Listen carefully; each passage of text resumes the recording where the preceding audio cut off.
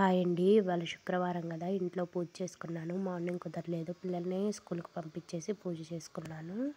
మనకేదన్నా బాధ కలిగినప్పుడు లేదా ఇబ్బంది అయినప్పుడు వాళ్ళకి వీళ్ళకి చెప్పుకోవటం కన్నా దేవుడికి చెప్పుకుంటే చాలా బెటర్ అండి. ఆ బాధ కూడా త్వరగా తీరుతుంది.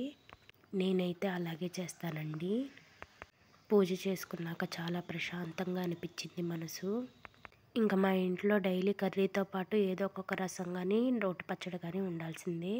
మనకి రసం తినాలి అనిపించలేదు అనుకోండి, ఇలా ఒకసారి పెరుగుతో ట్రై చేయండి, చాలా బాగుంటుంది.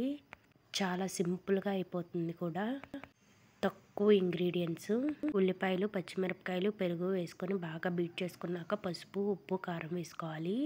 అవి కూడా బాగా కలిపిన తర్వాత పోపు వేసుకోవటమేనండి. చాలా సింపుల్గా అయిపోతుంది. టేస్ట్ కూడా చాలా బాగుంటుంది. 5 మినిట్స్లో అయిపోతుందండి. టైం కూడా చాలా తక్కువ పడుతుంది. చాలా టేస్ట్గా ఉంటుంది. రోజు రసం రోటి పచ్చడితో ఏం తింటాం అనుకుంటే ఇలా ట్రై చేసుకోవచ్చు. ఇక్కడ కారం బదులు పచ్చిమిర్చి పేస్ట్ కూడా వాడుకోవచ్చు. ఇంకా పనంతా అయిపోయిన తర్వాత 11 అలా అవుతుంది. ఇవాళ కొంచెం ఆకలిగా ఉందని స్నాక్స్ కూడా తెచ్చుకున్నాను. గుండమ్మ కథ సినిమా చూస్తున్నాను.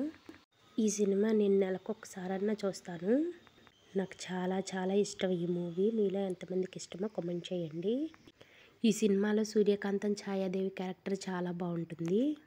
వాళ్ళ కామెడీ అయితే సూపర్. మీకు ఓల్డ్ మూవీస్లో ఏ మూవీ అంటే ఇష్టం?